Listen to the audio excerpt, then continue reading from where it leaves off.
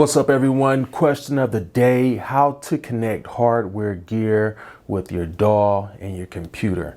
I got a question from a subscriber, so I'm going to show you how I have my gear routed into my computer and how I use it with my DAW and my interface. All right, let's go.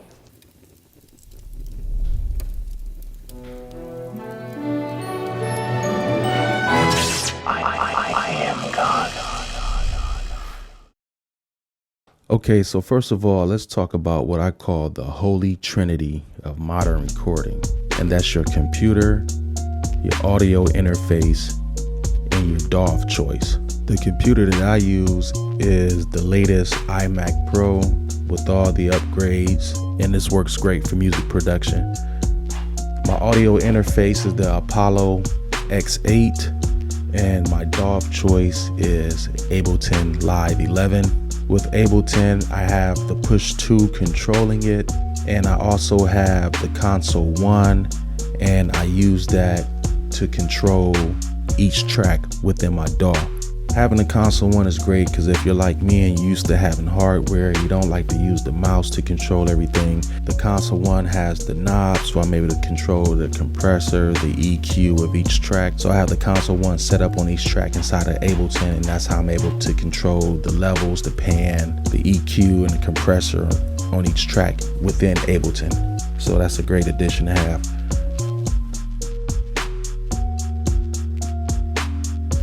My Apollo is connected to my iMac Pro via Thunderbolt 3, and that allows my audio interface to talk to my computer, and it also allows my Apollo to connect with my DAW, and the DAW connects with the computer. So all three of them connect via the Thunderbolt 3 cable. My Apollo is also routed to my Cranborne 500 ADAT via ADAT cable.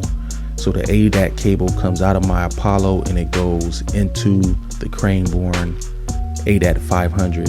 This allows me to have 8 extra audio outputs. My Apollo has 8 outputs, and my Cranborne ADAT has an additional 8 outputs, giving me 16 mono outputs or 8 stereo outputs. Since I only have 16 hardware outputs, I'm only using 16 outputs within Ableton. So in Ableton, you want to match your DAW outputs with your hardware outputs. Output 1 and 2 in Ableton is always dedicated to that Ableton master out. So in order to link your hardware outputs with Ableton outputs, you have to always know that Ableton is always 2 ahead. So my 1 and 2 output on Apollo is my 3 and 4 output in Ableton, and I have that routed to my mastering chain. My 3/4 output on Apollo is my 5 and 6 output in Ableton, and I have that routed to my Vox chain. My 5/6 output in Apollo is my 7 and 8 output in Ableton, and I have that routed to my high range instrument chain. My 7 out in the Apollo is my 9 out in Ableton, and that's a mono chain, and that's my bass chain. My 8 out in Apollo is my 10 out in Ableton, and that's another mono chain, and I use that for my guitar pedals. Moving over to the Cranborne outputs, and this is outputs 9 through 16. My 9th output, and I'll just call this Apollo ADAT, but this is really coming from a Cranborne. Number 9 is number 11, and that's another mono chain, and that's for my kick drums. So when my kicks come out, they have their own chain. My Cranborne 500 has 8 slots where I'm able to put in 500 series equipment. So each slot is its own chain. Number 10 Apollo ADAT is number 12 in Ableton, and that's my low percussion chain.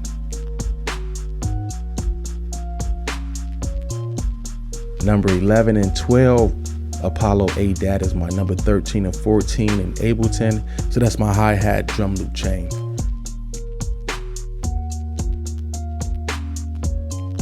"13 and 14 on the Apollo is 15 and 16 in Ableton, and that's my snare or mid percussion chain.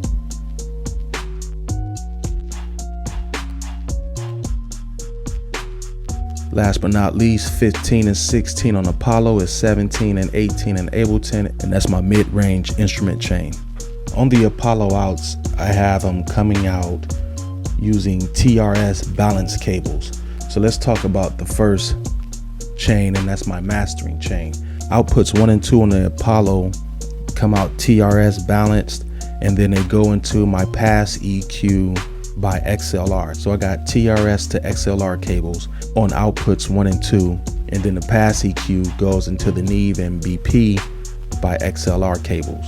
On my Vox chain, it's connected the same way.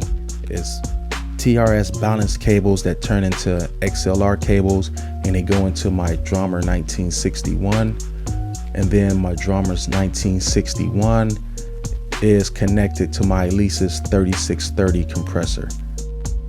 My next chain is the high range instrument chain, and once again that's the TRS balance cables coming out of the Apollo using XLR cables going into the Clariphonic EQ, and then the Clariphonic EQ using XLR cables is patched into a pair of KT2A compressors.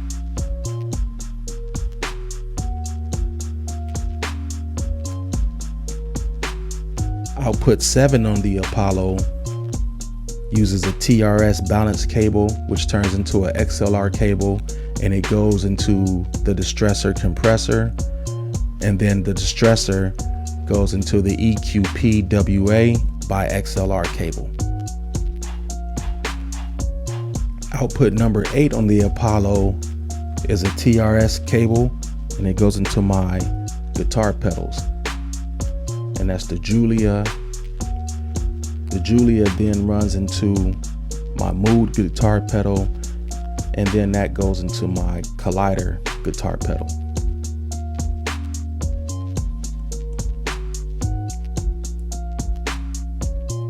Now with the Cranborne 500 ADAT, each slot has its own preamp or 500 series module. So let's start with the kick. My kick drum chain starts out with the Little Labs Voice of God module inside of the Cranborne audio. Next is my low percussion chain, and that starts off by hitting a Camden 500 preamp. 11 and 12 is for my hi-hats or drum loops, and both of those hit a Camden 500 preamp. 13 and 14, they don't hit preamps. This is for my snares, claps, or any mid percussion instruments, and these come out of the Cranborne audio, and they hit a pair of KT EQs. These EQs are perfect for mid-range frequencies. That's where these EQs shine. So these 6 outputs make up my drum bus, and then these 6 outputs run into my first line mixer. And I could take these 6 individual chains, run them through the line mixer, and then they come out as a stereo pair. That signal then feeds into my successor compressor, where I side chain the low end, and I'm pretty much just compressing the mid frequencies and high frequencies of the drums. That signal then leaves from the successor and goes into my Handsome Audio Zulu, where I'm able to dirty up the drums or make them modern. And the last 2 outputs in the Cranborne audio is for my mid-range instrument chain, and I have these first hitting 2 more Camden preamps inside of the Cranborne 500 ADAT, and then those are sent over to my mid-range chain, and that consists of a pair of Neve 551s inductor EQs, and then that signal goes into a pair of Neve 535 diode bridge compressors. It's mainly used for guitars, but having that inductor EQ and that diode bridge compressor is nothing like it. So that's how I have my hardware chains routed with Ableton. Now, all of these hardware chains are routed into a Patchbay using TSR cables. And the reason I have to use a Patchbay, because my main mixer is the 5059, but with the 5059 it uses DB25 cables, so I have to patch everything into my Patchbay, and then I use the DB DB25 cables, and I patch those into the Patchbay. So I patch all of my hardware chains into the inputs of the Patchbay, and then I have the DB25 and the 5059 patched into the output of my Patchbay. And then I just match up the outputs with the Neve inputs, and then I also have them routed a certain way within my 5059. So first we have the mastering chain, and it's routed into Patchbay 1 and 2, which is also routed into the 5059 1 and 2.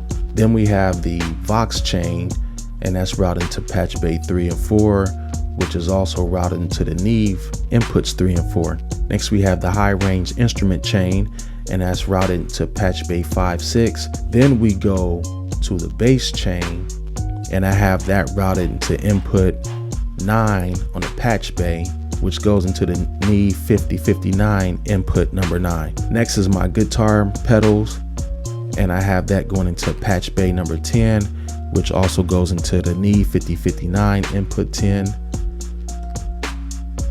Next is the drum bus, and this goes into Patchbay 11 and 12, which is routed into the Neve 5059 inputs 11 and 12. And last but not least is the mid-range chain, and this goes into Patchbay 13 and 14, which goes into the Neve 5059 13 and 14 input.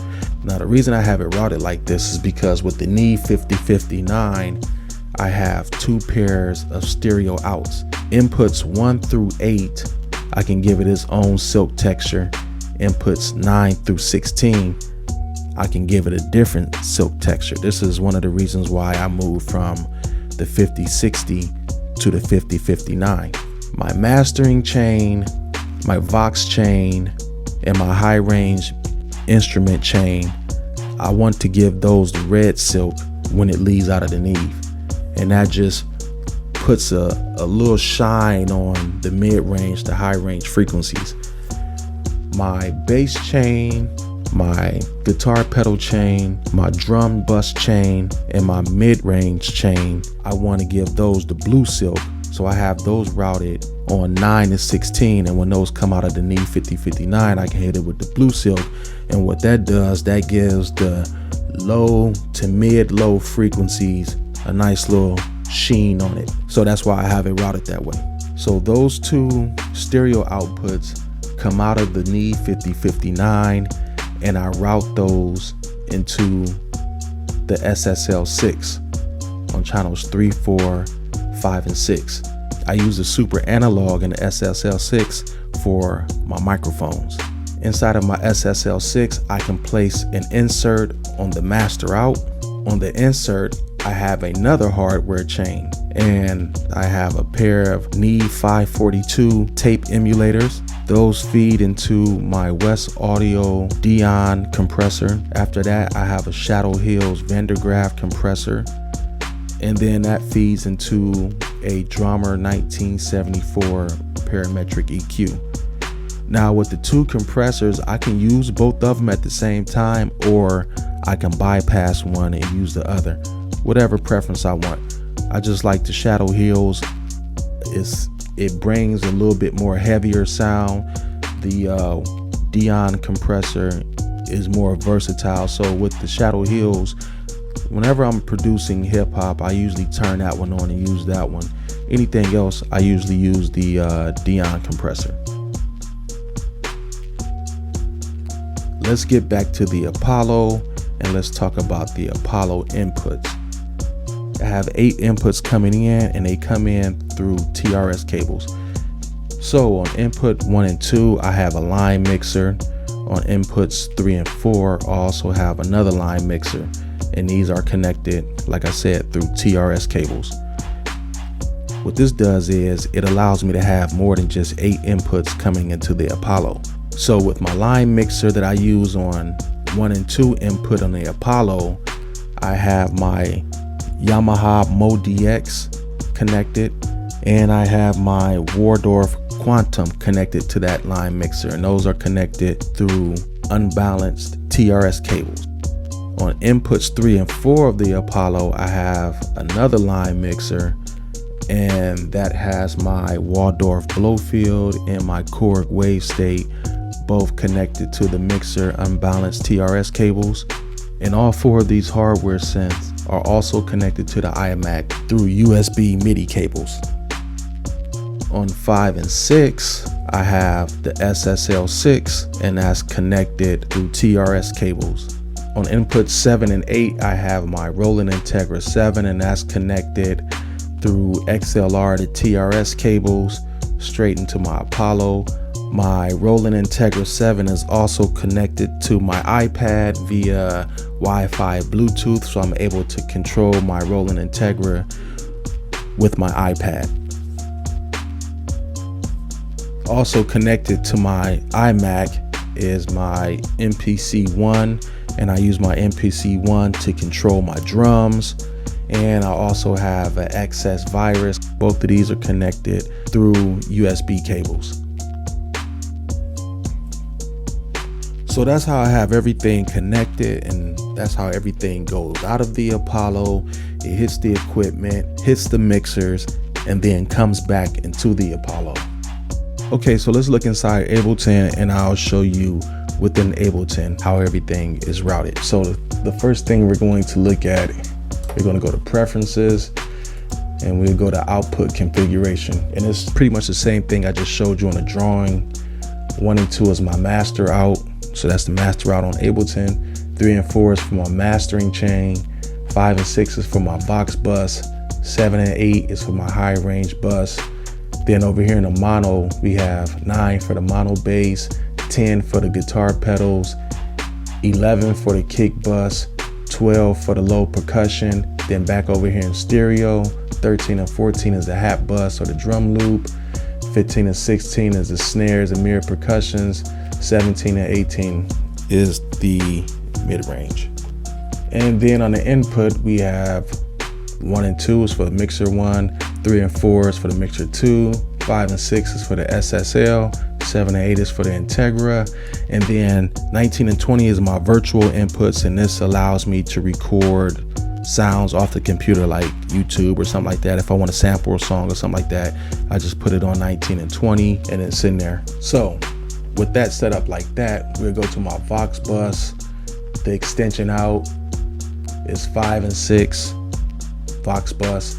So if I open this up, these are all my audio tracks and MIDI tracks, and they all feed into the Vox bus, and the Vox bus feeds into the Vox chain I have. And it's the same with the high range bus. All of these feed into the high range bus, and the high range bus feeds into that high range chain that I have. And it's like that all the way down. Mid-range change, bass bus, drum bus, kick bus, low perk bus, etc. Something that's different, this is my hardware bus, and this is for all of my hardware synths or modules that I have connected to the computer via USB. So let's just take the virus. Open this up. I have a virus plug-in. So that's the virus is connected to this, and this allows me, like, none of these inputs make sound. It's just strictly MIDI. The sound comes from the different mixers that they're connected to. These are just for MIDI purposes. If I put in some MIDI notes and I play them, it'll trigger whatever synth or sound module that I have connected. So I hope this video gave you guys some insight on how to connect your DAW with hardware. If you're interested in going down that road, this is how I have mine connected.